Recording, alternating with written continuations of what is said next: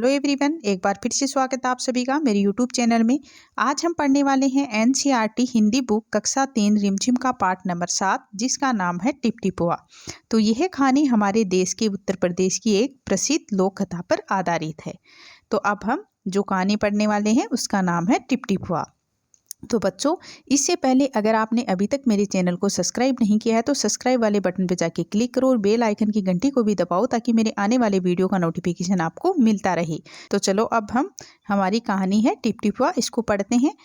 एक थी बुढ़िया, उसका एक पोता था। पोता रोज रात में सोने से पहले दादी से कहानी सुनता था। यानी एक बुढ़िया थी, उसका एक पोता था और वह पोता हर रात में सोने से पहले दादी से कहानी सुनता था। तो दादी रोज उसे तरह तरह यानी अलग अलग है वो कहानियाँ सुनाती थी। एक दिन मूसलाधार बारिश हुई। मूसलाधार यानी बहुत ज़्यादा मतलब तेज बारिश हो रही थी। ऐसी बारिश पहले कभी नहीं हुई थी। सारा गांव बारिश से परेशान था। बुढ़िया की झोंपड़ी में पानी जगह जगह से टपक रहा था।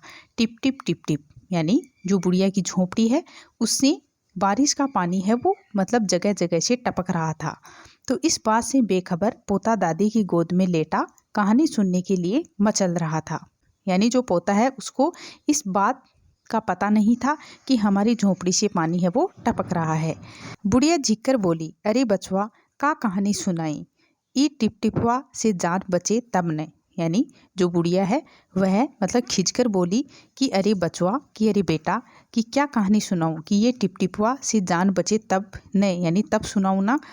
पोता उठकर बैठ गया। उसने पूछा, दादी ये टिप टिपुआ कौन है? टिप टिपुआ क्या शेर बाघ से भी बड़ा होता है? यानी पोते ने पूछा। दादी छत से टपकते हुए पानी की तरफ देखकर बोली, हाँ बचवा, यानी हाँ बेटा, न शेरवा के डर न बगवा के डर, डर तय डर टिप टिपुआ के डर। यानी न तो शेर से डर है और न ही बाघ से डर है, यानी जो डर है तो वह है टिप टिपुआ।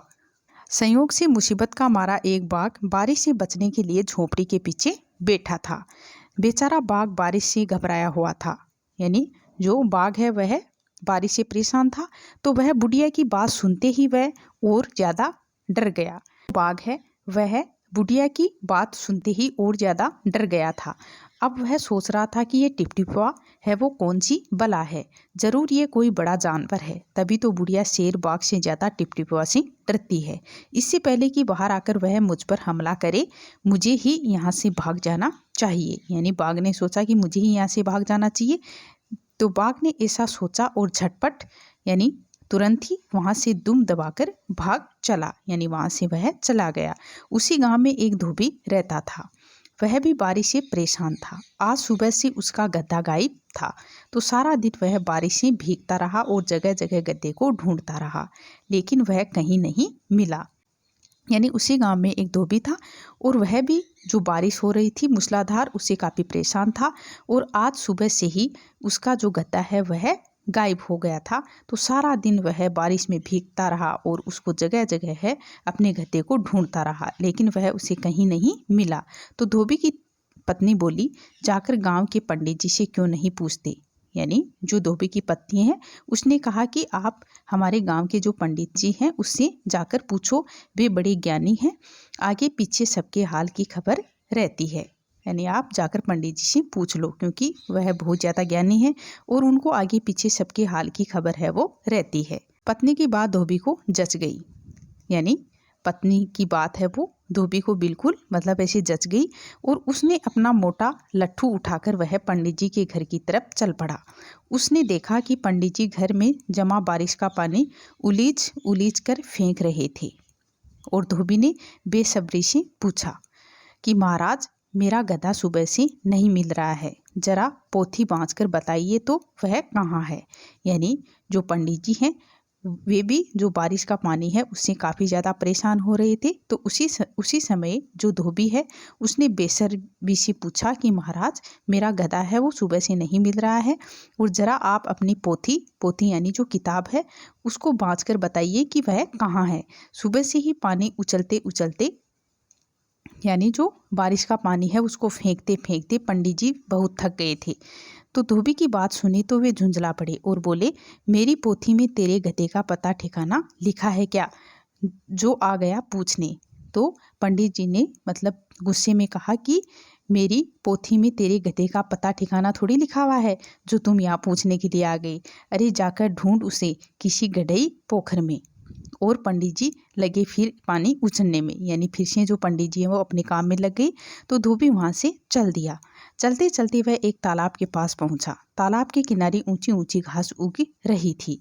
तो धोबी घास में गधे को ढूंढने लगा। किस्मत का मारा बेचारा बाघ टिपटिपुआ के डर से वहीं घास में छिपा बैठा था। तो धोबी को लगा कि बाघ ही उसका गधा है, यानी जो धोबी है उसने बाघ को ही अपना गधा समझ लिया। और उसने आव देखा न ताव और लगा बाघ पर मोटा लठ बरसाने, यानी उसने मतलब कुछ भी नहीं देखा और उसने जो बाघ है उस पर अपना जो लठ लेकर आया था वह उस पर बरसाने लगा। तो बेचारा बाघ इस अचानक हमले से एकदम घबरा गया। बाघ ने मन ही मन सोचा, लगता है यही टिपटिपुआ है, आखिर इसने मुझे ढूंढ ही लिया। अब अपनी जान बचानी है तो ये जो कहे चुपचाप करते जाओ। यानी जो बाघ है वह अपने मन ही मन में सोच रहा था कि लगता है यही टिपटिपुआ है, आखिर इसने मुझे है वो ढूंढ ही लिया है। अब अगर मुझे अपनी जान बचानी है तो ये जो कहे वह मुझे चुपचाप करते जाना है। आज तूने बहुत परेशान किया है, मार मार कर मैं तेरा चकूमर निकाल दूंगा। ऐसा कहकर धोबी ने बाघ का कान पकड़ा और उसे खींचता हुआ घर की तरफ चल दिया। बाघ बिना चूं चपड़ किए भीगी बिल्ली बना धोबी के पीछे पीछे चल दिया। यानी जो बाघ है वो बिना कुछ बोले हुए धोबी के पीछे पीछे चल दिया। घर पहुंचकर धोबी ने बाघ को खूंटे से बांध दिया और सो गया। सुबह जब गांव वालों ने धोबी के घर के बाहर खूंटे से एक बाघ को बंधे देखा तो उसकी आंखें खुली की खुली रह गई। मतलब सब आश्चर्यचकित रह गए कि जो धोबी है उसके घर के बाहर जो खूंटा है उस पर बाघ बंधा हुआ है। जो हमारी ये कहानी है इसको लिखा है गिरजा रानी अस्थाना ने। तो बच्चों इसका हमने जो हमारी कहानी है टिपटिपुआ इसका हमने अच्छे से एक्सप्लेन किया है। अगर आपको मेरा ये वीडियो अच्छा लगा हो तो प्लीज़ चैनल को सब्सक्राइब करो, वीडियो को लाइक करो, शेयर करो और बेल आइकन की घंटी को भी दबाना ताकि मेरे आने वाले वीडियो का नोटिफिकेशन मिलता रहे। थैंक यू बच्चों।